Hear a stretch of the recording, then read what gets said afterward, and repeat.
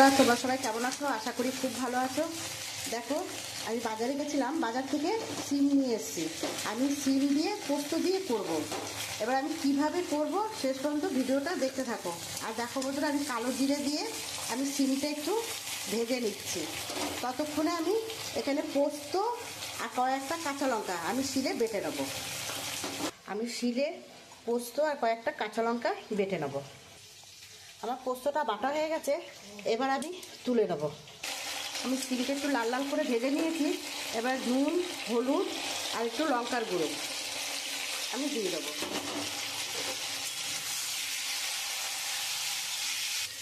আমি এবারে যে পোস্তটা বেটেছি এটা দিয়ে দেবো।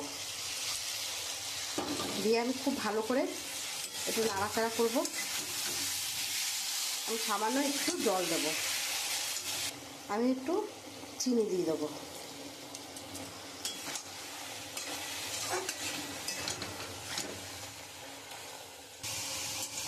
আমার সিম পোস্ত হয়ে এসছে, আর একটুখানি হবে। তেলও ছেড়ে দিয়েছে।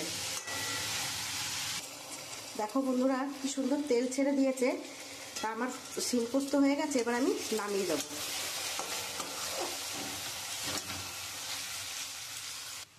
আমার সিম পোস্ত হয়ে গেছে। আমার যদি এই রান্নাটা ভালো লাগে তাহলে একটা লাইক, কমেন্ট, শেয়ার করে দিও। আর তোমরা এরকমভাবে করে খেও, আশা করি খুব ভালো লাগবে।